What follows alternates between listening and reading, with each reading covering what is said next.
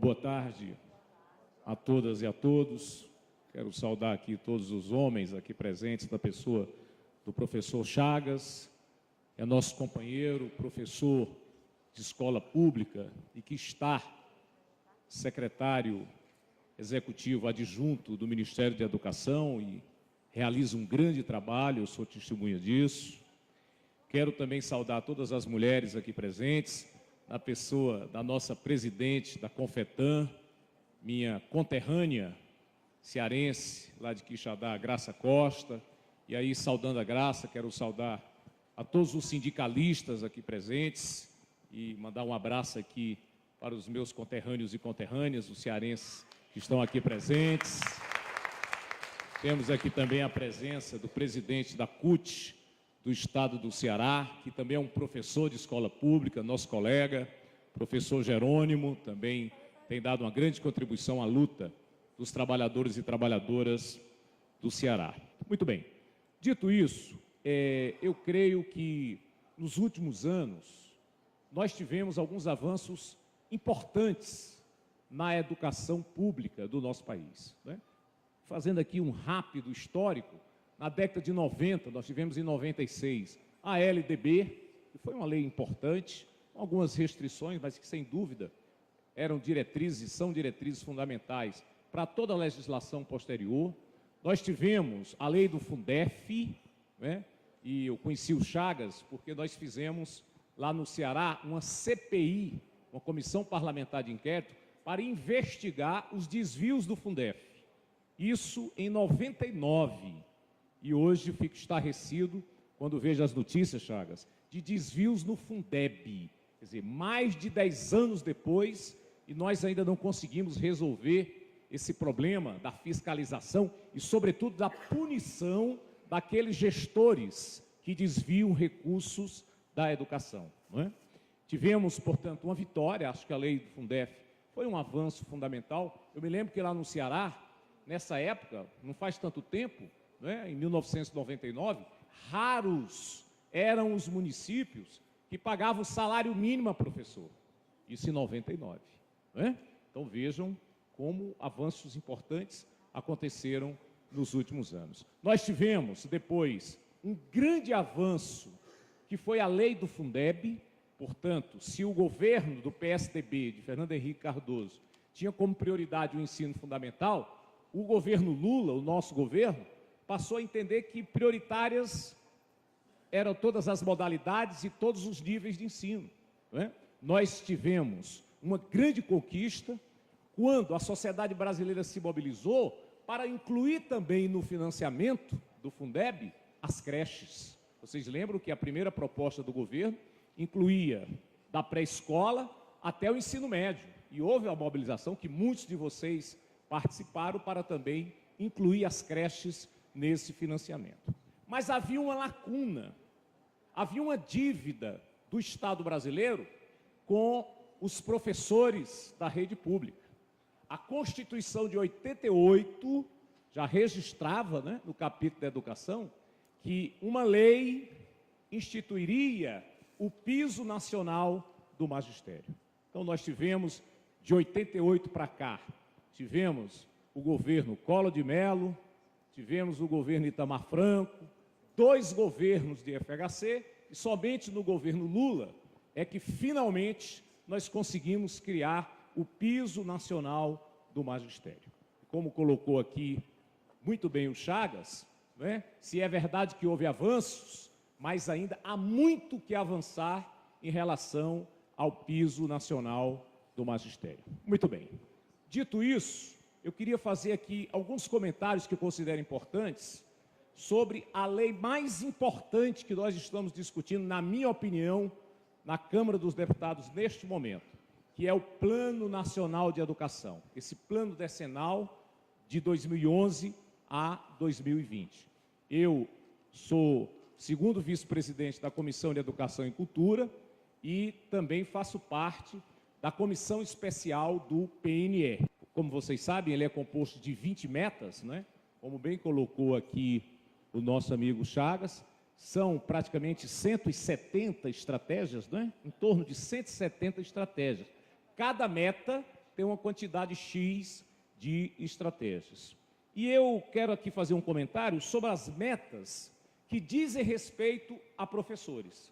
Há avanços importantes que nós temos que conseguir, né, pôr em prática essas metas, efetivamente, que estão propostas pelo governo para que o Congresso Nacional possa aprovar. A primeira meta, que diz mais respeito direto, eu acho que o Chagas não chegou a especificar cada meta, né, Chagas? Então eu estou dizendo isso para não ser repetitivo.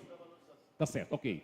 Muito bem. Então, a meta 15 do PNE diz o seguinte: garantir, em regime de colaboração entre a União, os Estados, o Distrito Federal e os municípios, que todos os professores da educação básica possuam formação específica de nível superior, obtida em curso de licenciatura na área de conhecimento em que atua. Eu acho que essa meta ela é muito relevante, não é? Segundo a consultoria da Câmara dos Deputados, que fez um estudo sobre cada meta, um estudo preliminar, no Brasil nós temos quase 2 milhões de professores, né, da rede pública. E segundo esse estudo, 1,3 milhão, portanto 68%, já teria o nível superior, né? E desses, 95% com licenciatura. Portanto, nós teríamos aí uma meta ousada, né, de nos próximos 10 anos garantir que 100% desses professores da rede pública tivessem nível superior, né? Claro que aí nós vamos ter que fazer um bom debate sobre o financiamento, não é, dessa formação. Nós temos que discutir muito, um debate que nós temos que fazer muito nos nossos municípios, é sobre a questão da alfabetização de crianças, não é? Como fazer essa formação de alfabetizadores, que eu acho que ainda é uma grande lacuna que nós temos nos cursos superiores do nosso país. A meta 16 também é muito relevante, não é? Formar 50% dos professores da educação básica em nível de pós-graduação. É uma meta também ousada, garantir que 50% dos nossos professores tenham curso de pós-graduação, lato e estrito sensu, e garantir a todos formação continuada em sua área de atuação, não é? Então, diria também que é uma meta importantíssima para nós.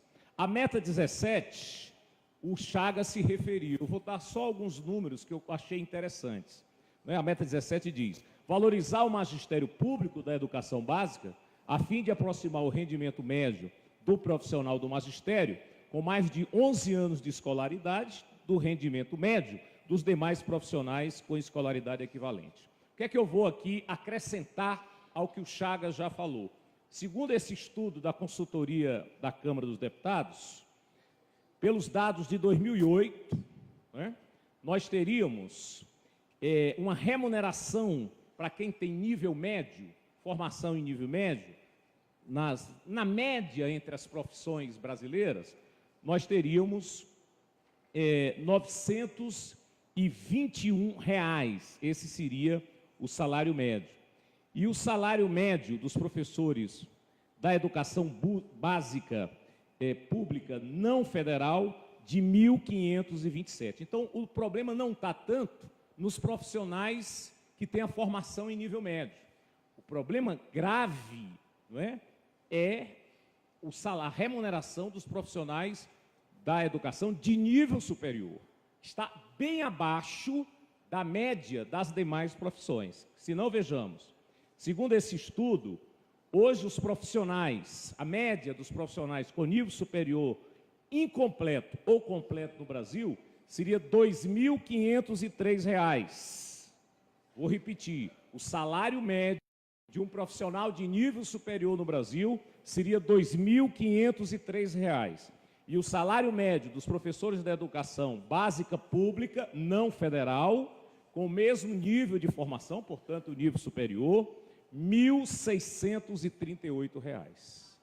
Portanto, nós temos uma desvalorização, lamentavelmente, ainda nesse profissional do magistério de nível superior na rede pública estadual e municipal. Portanto, se nós considerarmos esses números aqui, seria como nos números de hoje, nós atingirmos uma média salarial de R$ 2.500. Essa seria o número que nós atingiríamos hoje. Não estou falando daqui a 10 anos, né? Porque daqui a 10 anos os demais salários também irão aumentar das demais profissões. Então, é você imaginar hoje uma média salarial, portanto, de R$ 2.500. Essa é a meta que é colocada, a meta 17, no Plano Nacional de Educação. Também a meta 18 tem tudo a ver com o nosso trabalho. Assegurar, no prazo de 2 anos, a existência de planos de carreira para os profissionais do magistério em todos os sistemas de ensino. E aí, essa meta está sendo bastante questionada, Chagas, em vários fóruns de debates, porque, na verdade, a lei do piso já garante a revisão dos planos de cargos, carreiras e remuneração. Então, nem haveria, na visão de muitos, talvez o Chagas pudesse se referir sobre isso, né? Ele é o coordenador, foi o coordenador das conferências, é a pessoa que está mais à frente desse debate, sobre essa meta. Claro que é fundamental que nós garantemos, né, que haja realmente uma revisão dos planos de cargos, evidentemente. Mas a própria lei do piso já trazia, né, no corpo da lei essa obrigatoriedade da revisão. A meta 19 diz garantir, mediante lei específica, eu considero essa uma meta importantíssima, decisiva, mediante lei específica, aprovada no âmbito dos estados, do Distrito Federal e dos municípios, a nomeação comissionada de diretores de escola vinculada a critérios técnicos de mérito e desempenho e a participação da comunidade escolar. Um dos grandes problemas que nós temos, um dos grandes males da educação nacional é o velho QI, o que indica para a nomeação de diretores de escolas. Esse é um drama que nós vivemos em boa parte do Brasil. Portanto, eu quero aqui saudar o governo Dilma, governo Lula, porque, na verdade, começou, e o governo Dilma, por estar mantendo e estar debatendo conosco esse plano, de pôr em prática aquilo que está na Constituição Federal, que está na LDB, que é a gestão democrática da educação. Né? Nós lutamos muito pelos conselhos escolares, estão implantados em muitos municípios e muitas escolas, mas dificilmente nós vamos garantir a educação de qualidade se o gestor das escolas continuar sendo escolhido por critério político e eleitoral. Esse tem que ser um tema fundamental de luta, de mobilização da nossa categoria. Inclusive, uma das estratégias que eu achei interessante, apesar de ser polêmico, né, é que diz o seguinte, uma das estratégias diz assim: priorizar o repasse de transferências voluntárias na área da educação para os estados, Distrito Federal e os municípios que tenham aprovado lei específica prevendo a observância de critérios técnicos de mérito e desempenho e a processos que garantam a participação da comunidade escolar preliminares à nomeação comissionada de diretores escolares. Ou seja, nós temos que criar algum tipo de premiação, de estímulo, e eu diria mesmo até de sanção, para aqueles gestores, para aqueles prefeitos e governadores que não criarem mecanismos de escolha de diretor por mérito, por competência ou mesmo por eleição, né, pela comunidade escolar. Acho que isso é uma das coisas fundamentais que eu observo neste plano. E, finalmente, a meta 20 é uma meta que, sem ela, né, nós não vamos conseguir todas as outras metas e todos os avanços que todos nós desejamos, que é a meta do financiamento, que é a garantia de um percentual do PIB em relação ao financiamento da educação.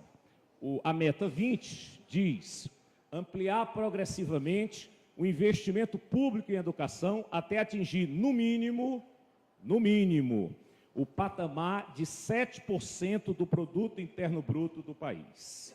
Nós, na conferência, aprovamos 10%, né? E hoje nós estamos fazendo debate no país inteiro, né, sobre esse percentual. é importante refletir que não basta a gente aprovar uma lei garantindo 7, 8 ou 10% do PIB, se nós não criarmos uma legislação que põe isso em prática. Porque, na verdade, também pelo estudo da consultoria da Câmara, hoje o Brasil investe em torno de 5% do PIB na educação. 5% do PIB. Agora, pelos estudos da consultoria, se ela tiver equivocado, o Chagas aqui pode corrigir, 2% seriam dos estados, 2% dos municípios e 1% da União. Por quê? A responsabilidade do ensino infantil e fundamental é do município, ensino médio é dos estados e o ensino superior da União. Claro que há aí toda uma complementação de recursos que a União faz, que os estados fazem, não é? Justamente nessa linha de colaboração, não é, que as três instâncias, federal, estadual e municipal, têm. De qualquer maneira, nós temos que criar uma legislação para garantir que esses valores sejam obtidos. Porque o que vai garantir que efetivamente a gente chega a 7%? O que vai garantir? Qual é a lei que vai garantir? Qual é o mecanismo que vai garantir? Nós temos que colocar na Constituição Federal aquilo que nós discutimos na conferência. Lá vocês lembram que ficou como aprovada uma proposta que a União não poderia investir, em vez de 18% de suas receitas, como é hoje, 20%. E os estados e municípios, em vez de no mínimo 25%, no mínimo 30%. Porque se nós não criarmos outros mecanismos, nós vamos poder ter o desprazer de aprovar uma lei e nós não criarmos condições para que ela efetivamente seja aplicada. O que vai garantir mesmo que a gente vai investir 7% ou 10%? Portanto, nós vamos ter que pensar toda uma estratégia para que efetivamente se realize. Eu espero que a gente possa, durante todo esse debate, a gente possa efetivamente ampliar, não de 7% para 10%. Claro que nós vamos fazer o debate, discutir com o MEC, discutir com o governo federal, com os estados e municípios, mas essa é pelo menos a meta que nós, educadores, queremos chegar em 2020, investindo em torno de 10% do PIB. E, finalmente, quais são os nossos prazos? Na comissão especial do PNE, ficou decidido que, a partir de 20 de maio, nós estaremos apresentando emendas ao PNE. Essas emendas deverão ser apresentadas aí até em torno do dia 15 de junho, e nós estamos querendo aprovar no Congresso Nacional o PNE ainda este ano. Queremos fazer uma pressão, estamos pressionando, inclusive, a mesa diretora da comissão especial. A nossa ideia é que a Câmara pudesse votar até final de agosto, ou no máximo começo de setembro, o PNE na Câmara, para que possa ir ao Senado, porque o Senado pode modificar, e se modificar, volta para a Câmara. Então, seria muito ruim para a educação nacional se nós não aprovássemos o PNE este ano, até porque já estamos no primeiro ano do PNE, estamos em 2011 e já temos metas para começar a atingir. Portanto, são essas as observações que eu faria nesse momento, desde já agradecendo aqui o convite aos companheiros e companheiras servidores públicos municipais.